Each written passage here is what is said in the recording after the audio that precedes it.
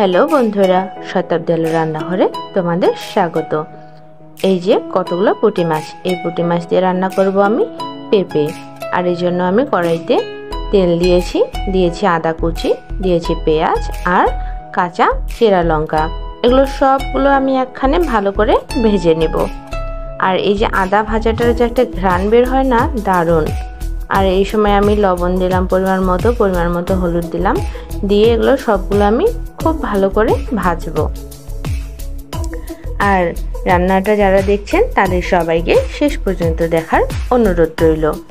এগুলো যখন ভাজা হয়ে গেছে, যাতে পুড়ে না যায়, তাই সামান্য জল দিয়ে দিলাম।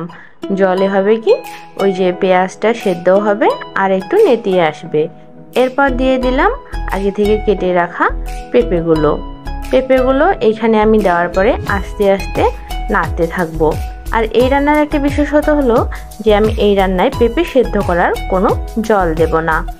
এই যে আস্তে আস্তে করে আমি রান্না করব, ঢেকে ঢেকে আর নেড়ে দিব। এভাবেই আমি একরকম ভেজেই পেঁপেটাকে সেদ্ধ করব। দেখুন, আমি বারংবার পেঁপেটা ঢেকে ঢেকে দিচ্ছি আর একটু পরে ঢাকনা খুলে নেড়ে দিচ্ছি। আর এতে করে রান্নার হচ্ছে মেইন যে টেস্ট একটা অন্যরকম সেটা আসবে। আর আমি দিয়েছি কয়েকটা রসুনের পাতা। এটা আপনাদের কাছে না থাকলে আপনারা নাও দিতে পারেন, এটা হচ্ছে অপশনাল। এইভাবে আমি বেশ কয়েকবার সময় নিয়ে ঢেকে ঢেকে এভাবে কষিয়ে নিয়েছি, দেখুন। আর পেঁপেটা কিন্তু আমার বেশ সেদ্ধ হয়ে গেছে আর গলে গেছে। এই পর্যায়ে আমি দিয়ে দিলাম লাল লঙ্কা, আমি যেগুলো হাতেই থেদ করে নেই।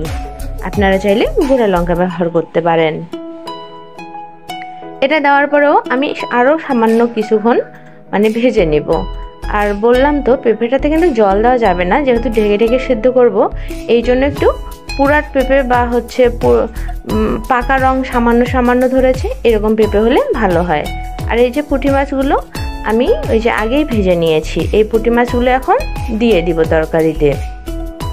যদি কচি পেঁপে হয় তাহলে কিন্তু গলতে চায় না, একটু শক্ত হয়। এই জন্য এখানে পুরাট পেঁপেরই দরকার। আমি পুঁটি মাছগুলো এখানে দিয়ে দিলাম।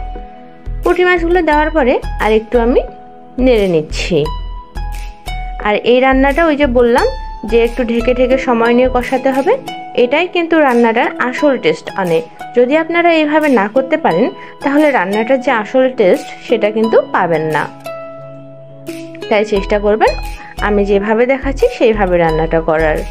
আর এখন দেখুন আমি জল দিলাম, আপনারা আপনাদের পরিমাণ মতো জল দিয়ে দিবেন। আর দেশি পুঁটি মাছ দিয়ে এগুলো না খুব খেতে ভালো হয়েছিল। পুঁটি মাছটা একেবারে দেশি ছিল। এইভাবে জল দিলাম, দেওয়ার পরে আমি সব কিছু ভালো করে মিশিয়ে নিচ্ছি। আর দিয়ে দিলাম শীতের ধনিয়া পাতা, এটাও অপশনাল। যদি আপনাদের কাছে না থাকে তাহলে আপনারা নাও দিতে পারেন। ধনিয়া পাতা দিয়ে আমি সামান্য নেড়ে নিয়েছি। আর দিয়ে দিচ্ছি এই যে সব ধরনের মশলা, জিরা, গরম, এলাচ, সব ধরনের মশলা আমি হাতেই গুঁড়ো করে রাখি ঘরে, সেই মশলাটা দিয়ে দিলাম। সেই মশলাটা দেওয়ার পরে একটু নেড়ে নিলাম। আর আপনাদের বলছি, রান্নাটা যদি ভালো লাগে থাকে তাহলে অবশ্যই আপনারা আমার চ্যানেলটি সাবস্ক্রাইব করবেন, লাইক কমেন্ট শেয়ার করবেন। আর যারা ফেসবুক পেজ থেকে দেখছেন তারা অবশ্যই পেজটি ফলো দিয়ে যাবেন আর লাইক কমেন্ট শেয়ার করে পাশেই থাকবেন। রান্নাটা হয়ে গেছে, আমি উঠিয়ে নিয়েছি। এটা হলো আমার রান্নার ফাইনাল লুক।